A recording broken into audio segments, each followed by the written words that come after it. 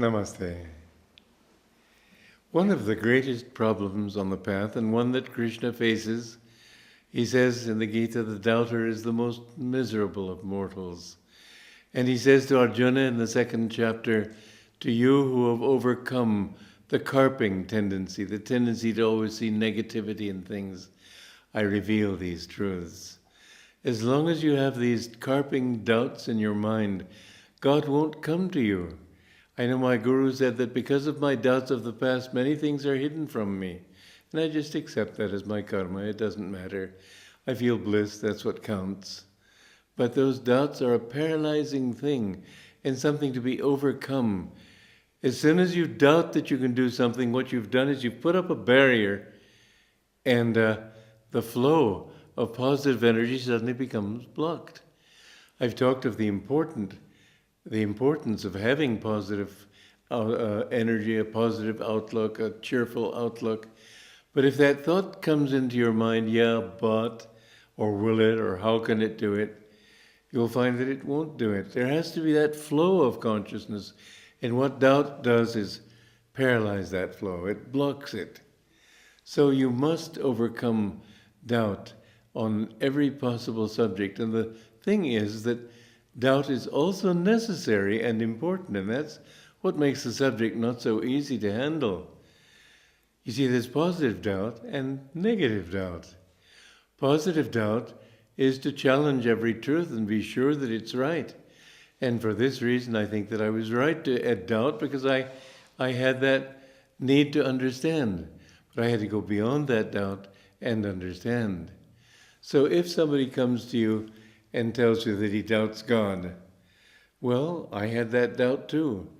And I remember going out into the night and asking myself finally, because I tried so many ways I wanted to help people, I wanted to help humanity.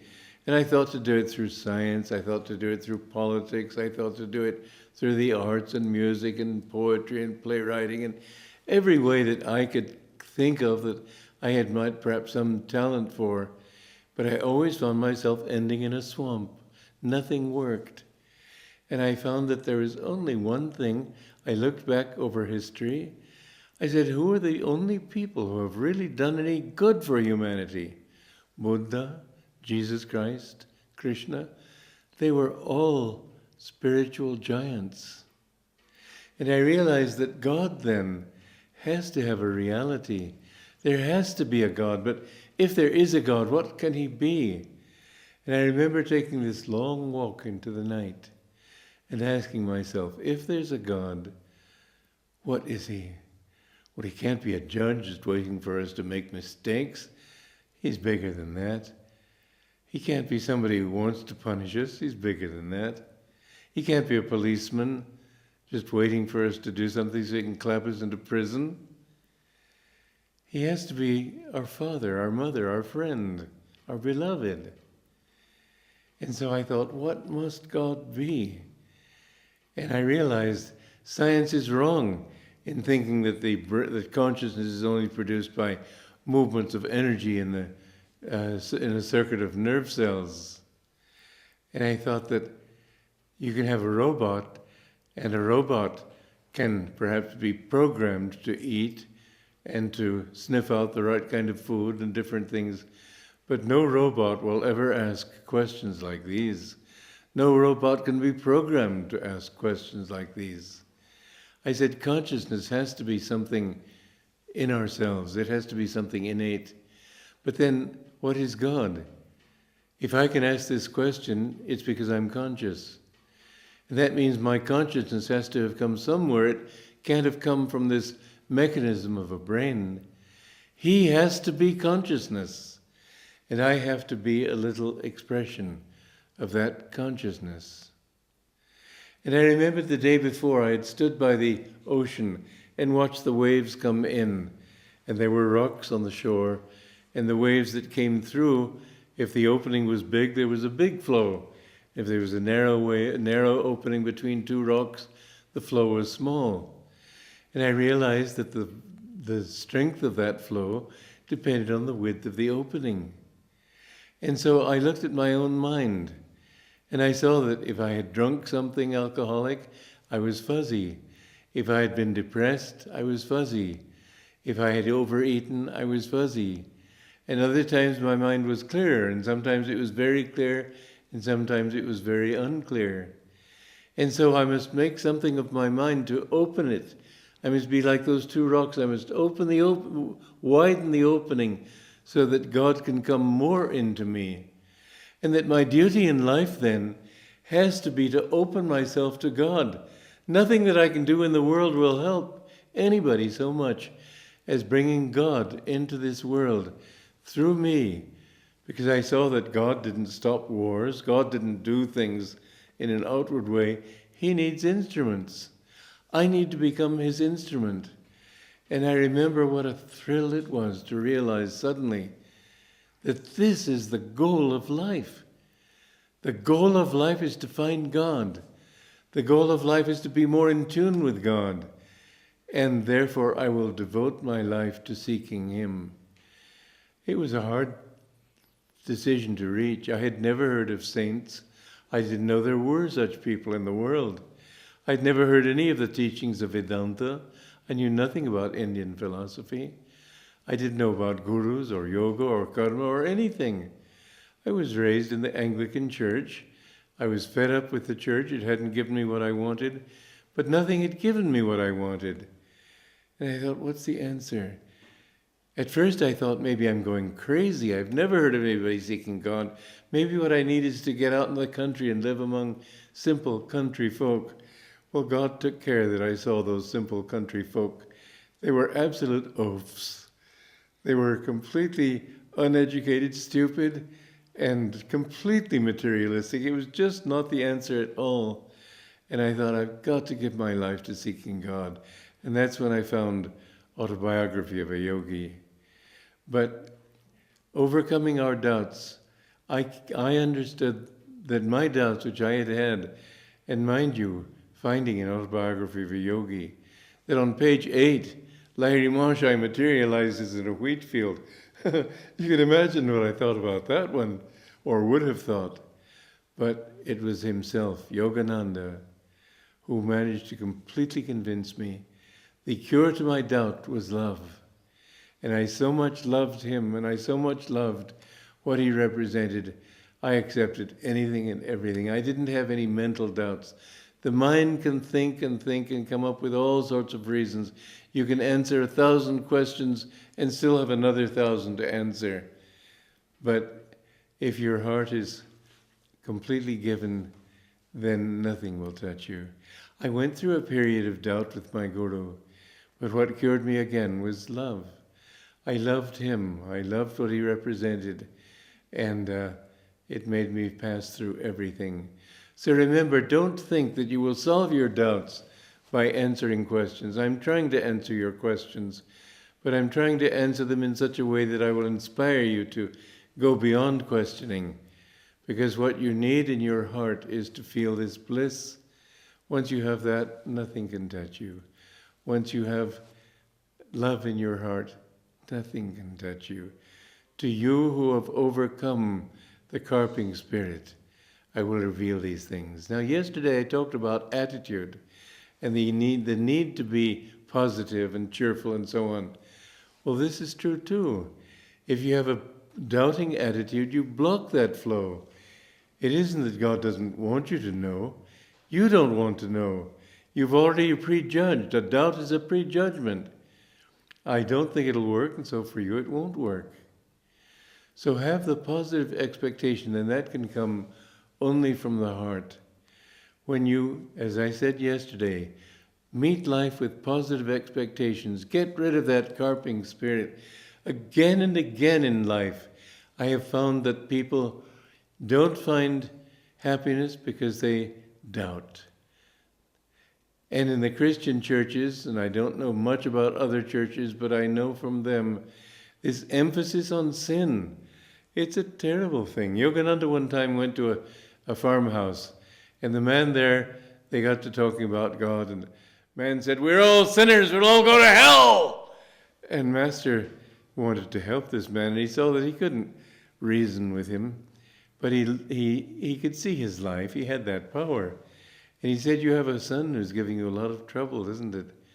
And the man said, yes, he certainly does. He comes home drunk every night.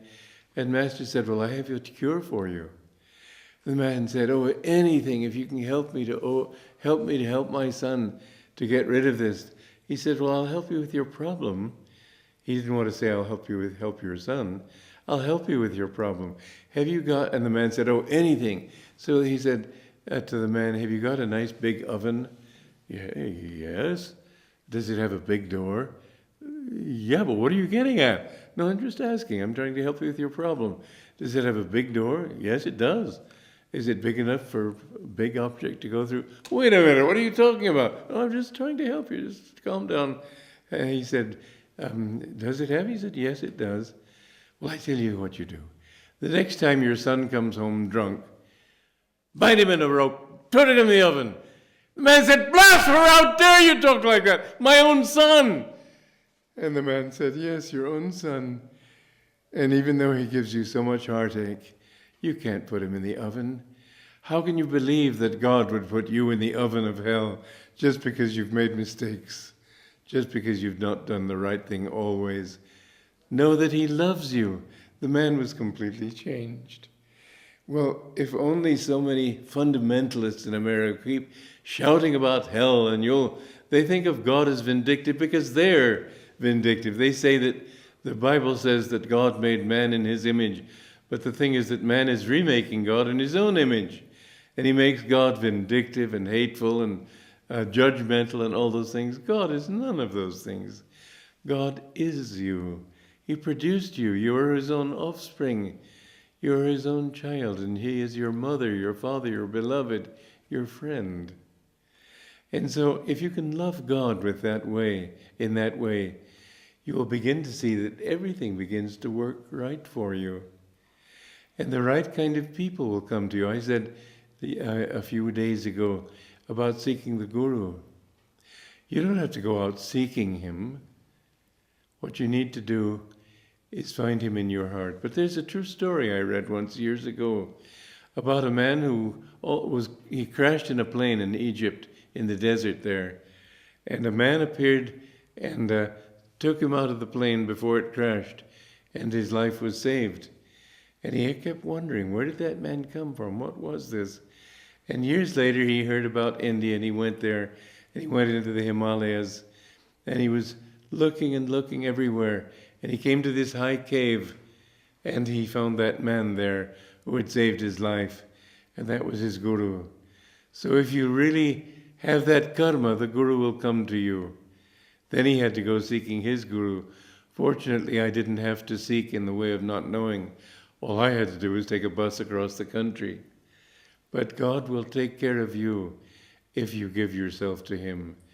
Now, we live in an age of experimentation. It isn't enough for us just to believe blindly. So I put this test to you. Try it. Experiment. Think of God. Just try it as an experiment. Think, "God, I will think of you all day today." And just keep in your mind this japa of God. Sri Ram or Mahamantra, or just God, reveal thyself, whatever you like. It doesn't have to be a standard classical mantra. But the more you do that, the more you will find for yourself, and you won't have to have me tell you. Just try it out. Just say, "Well, why not give it a try? I've tried everything else. Nothing works. So why not give God a try?" You'll be amazed to see that bit by bit your life will begin to change. And you may find yourself suddenly getting a good job, getting good friends, all these things. There's a story Yogananda told about a man who believed in God and very firmly practiced spiritual teachings, and a friend of his who lived just the opposite. And the man who was seeking God, nothing went right for him. And the man who was living without God, everything worked right. And the man was so discouraged. Anyway, finally he said, the successful but materialistic man said, "Listen, you're following this endless, nameless God, well, let's try an experiment. And he said, you live your way more than ever, I'll live my way more than ever. On a certain day, we'll give God this challenge. And if everything works right, you will win and I will lose. And actually what happened on that day was that the poor man lost everything. He lost his health, he was just in the hospital. The rich man finally had a big bequeath, lots of money given to him, and he came and laughed. And the poor man was ready to commit suicide, and he prayed to God. And the angel came and he said, look, that was the last day of your bad karma. And now on, everything will change. And from that day, everything changed. If you have enough stick-to-itiveness to have this courage to keep trying, it may not work right at first because karma is in the picture there. You may have lived as that man had lived a worldly life before. And the materialistic man had lived a spiritual life before, and he decided to give the other a try. But if you will give that try, give it an experiment, and try seriously, if your karma is more or less neutral, you'll find a change very quickly. And I think you'll find enough of a change to want to keep trying, because God will give you that much faith. And you will find that after that bad karma has finally dissipated, everything in your life will change. Therefore, give your life to God. Don't doubt, but just say, all right, I suspend my doubts. I put them on a shelf, and I will just try from now on, just as an experiment. I'll try to give God a chance. That's all you need to do. Just give him a chance. Joy to you.